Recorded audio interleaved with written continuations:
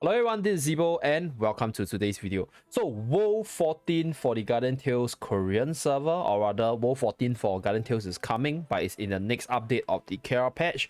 So there is a pre-registration event going on right over here. So if you pre-register to play the KR server for this WoW 14 event, they'll be giving out 5,000 gems. And there's also this invite a friend reward, which I don't really care. I'm just sharing this info to you guys that WoW 14 is finally coming. And yeah, I wouldn't say that I'm not excited for WoW 14, but as a long time content creator for the game, as well as somebody who has played the game for 1 year and about 7 months, so it's like close to 2 years.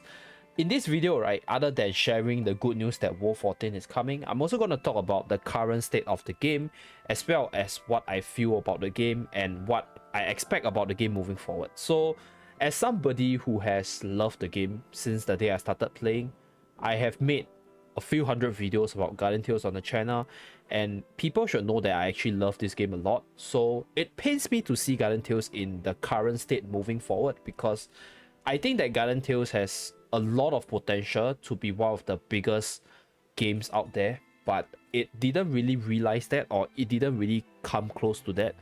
And it kind of saddens me because, yeah, I honestly think that Guardian Tales is a really good game. And there's just a lot of good things about it, right? Like live PvP, awesome story, awesome character building. Like when you play the game, you just feel that, hey, you're just immersed in the world of Canterbury. And a ton of other great things, right? Just contents and contents. And when I first started the game, when I first started making YouTube videos about the game, I had inspirations on what I want to make daily. And I just had a lot of new contents for the game every single time, because like there were just a lot of things to do and a lot of things to make a video about. But a lot of this actually changed coming into 2021. So I'm gonna talk about this issue in 3 phases, right? I'm gonna talk about why 2020 was the best year for the game, 2021 not so good, and like 2022 being possibly the redemption arc for the game as a long-time content creator. So first of all, why was 2020 the best time for the game? Because we had like a lot of build-up to Dark Magician Bath. We had really challenging stages, right? The passageway for World 10, World 11 were probably nightmares for a lot of people, and I think Bath challenge is still very challenging till this day. So back then it was even harder because we didn't have merchandises, and the levels of the monsters and the bosses were not reduced as well. So in the year 2020, everything was a lot tougher compared to now, and tougher could chase a lot of people away, but at the same time, for people who really love the game and for people who like some challenge, I think they stayed, right? And these are people who have probably stayed with the game till now, like such as myself, because we love to see what the game has to deliver for us in terms of story as well as difficulty moving forward.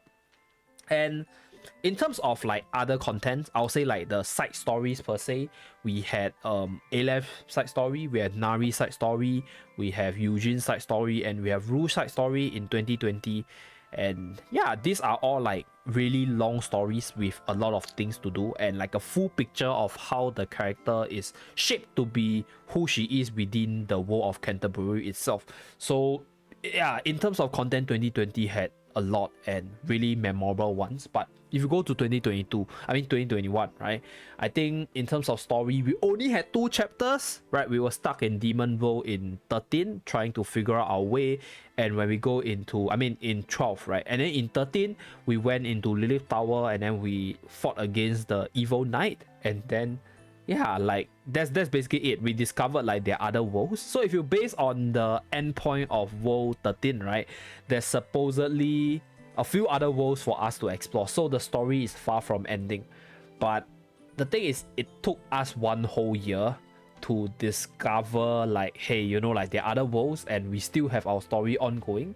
So my initial thought was that, you know, I thought the story would have at least been like halfway through in like 2021, but you know, the progression was just too slow, and a lot of people actually like they couldn't wait for the story to end and they quitted because things just got really repetitive. And yeah, they were releasing hard worlds, but honestly speaking, hard worlds were not as attractive to many compared to the actual storyline about Guardian Tales itself. So that's one thing, right? So other than that, like short story wise, side story wise, we did get Bari side story, we did get Hana side story, we did get Lupina, we did let Parvati Neva short story, all those good stuff. But in comparison to what 2020 delivered, I think 2021 was kind of disappointing, because like the quantity was more, but I felt that the overall quality kind of dropped.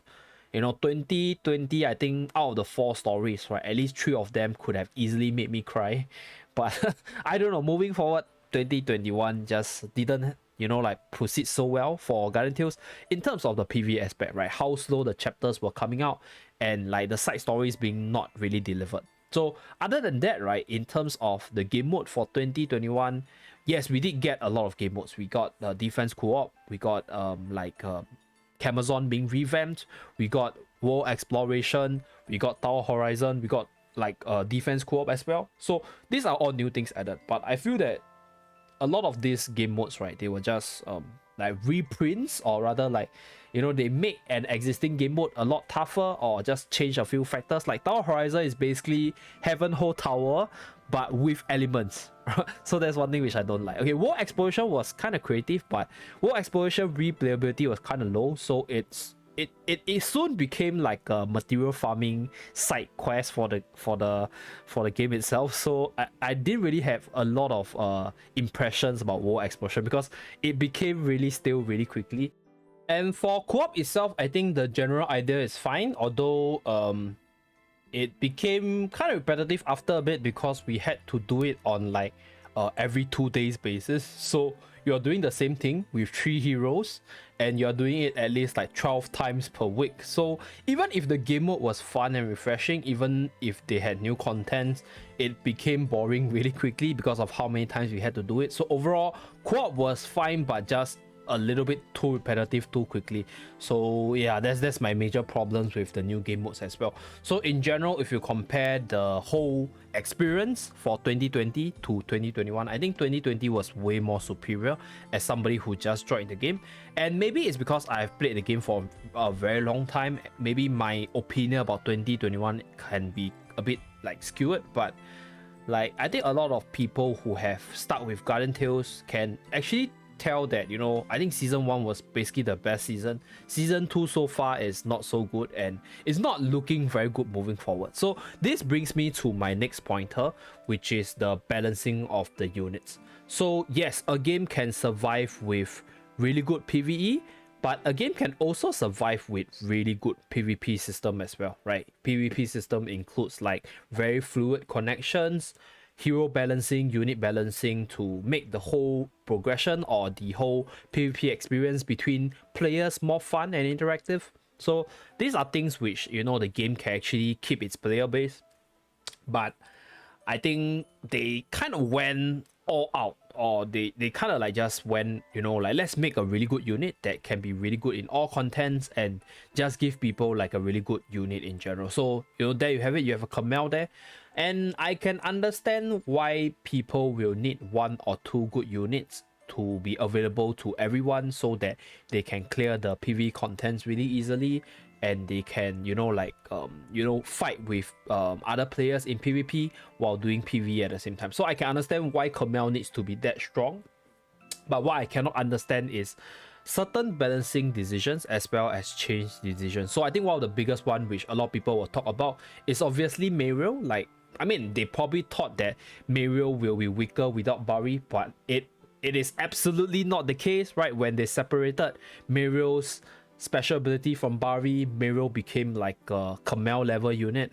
And we had Rue, which they have been trying to buff for the longest time possible. So when you release like Kamel and you buff Rue and you change Mariel such that she became a Kamel level unit, Mono Earth became a thing. And this shitty comp has been terrorizing Arena for a very long time. I've been complaining about it a lot, and I'm not going to talk too much about it in today's video, right? Today's video is not to rant about units or teams being powerful. And other than that, I know that a lot of people are also complaining about Arena being really, really hard to chain. And one thing that has not changed from the start till now is obviously the connection issues. I'm not sure whether or not we will ever get a fix on that, but yeah, we will never get like really crisp and clean connection. So that's something which is kind of disappointing, but I can still accept the connection issue. But what I cannot accept is, you know, like really OP units or teams just making some teams not viable, right? Not usable at all. So the prevalence of Camille and just Earth units in general killed off a lot of water units potential, such as Bianca, right? Bianca recently started to see more use after Lina got released, but prior to Lina's release, Bianca was not used anywhere, and that was really because Earth was just way too dominating. So if the developers don't see it, I think a lot of people might have talked about it on their forums, and I'm pretty sure I sent in an email to actually talk about it, but they probably ignored me. So that's the problem, you know, like balancing is a thing. And you know, and it's not just about, you know, units being overpowered, but rather a lot of these units, they're just straight up, you know, I'm gonna kill you without me doing much, and it doesn't create a good gaming experience for people on the opposing end or the receiving end. Just imagine this, right? If you want to try out a comp and, you know, you meet up with an opponent at the lower tier playing mono earth, just shooting you down, and you know, you not being able to do anything because your team just doesn't have an answer to earth, the whole gaming experience is just not very fun, right? For people who are on top, for people who are in like top 100 masters, people will say, Camille is easy, it's easy to counter. But if you think about it from somebody who just start off the game, or somebody who's a newbie who just want to maybe try out a mini team or something, and then they don't have a counter to earth teams and they encounter a mono earth team, they simply just lose on the spot. And this experience is really not fun. Like, it's not fun at all, and it's making a lot of people really unhappy and probably quitting arena, because like, why the hell do I play if my team doesn't have a chance, you know? So that's something which I really hate to see in terms of the arena aspect. And yeah, in general, balancing is just haywire for the last year, and I do see them making an effort to try to make things better moving forward. So I hope this balancing thing can eventually come to a point where a lot of teams are really solid, and we get our original triangle counters, and we get our, like, you know, some teams are countered by this team, but you know, they are really good against other teams, and then we can use this team to sort of counter these teams, so on and so forth, right? So these are the things which keep the game balanced and keep a whole myriad of team really viable, and keeps players, you know, hooked to the game to keep on trying different comps. Because if one team is so dominating, why bother trying other teams? So that's what I'm trying to put forward, right? If we have a lot of different teams, people can form different team compositions and then try them in arena itself. So that's one thing to take note of. And yeah, that's basically for the balancing part. I think that is one major factor why I sort of play arena a lot less nowadays. Like, I used to play 40 matches per day, but it died down a lot. Like, honestly speaking, I played because I love it, but right now it's more like, you know, I'm streaming, so I'm playing. So that's the major change for the arena aspects. And for the last pointer, which is moving forward for the game in the year 2022, I can see that the game is putting effort, right? We are getting World 14 in March, and we are getting like a lot of new things from what they promised us, and I really hope that they deliver, because right now I'm honestly feeling the game going downhill eventually, and it's not something that I want to see, being a content creator for the game, as well as a long-term fan for the game itself. So yeah, I really hope that like the developers can start reflecting on their mistakes and work towards 2022 being the better year for Garden Tales compared to 2021. And yeah, that's basically it. I honestly don't know what else I should say, because these are just all my opinions on like what is going on, and you know, like what are the things which I think the game can be improved upon. But the decision for this like, you know, like the movement for the game really depends on the developers as well as the publishers for such. So yeah, it's just a mini rant from me, and thank you very much for watching, guys. Do let me know down in the comment section below whether you feel that whatever I said was correct, and you know, just offer your own opinions in the comment section, what you think about the current state of the game, what would you like to see the game improve upon, and you know, just whatever stuff you want to talk to the developers about Garden Tales, and maybe they will just look at this video and you know, they might consider the stuff that I mentioned. So yeah, do remember to like and subscribe in order to see more videos from the channel. I'll see you guys again in my next video. Bye guys.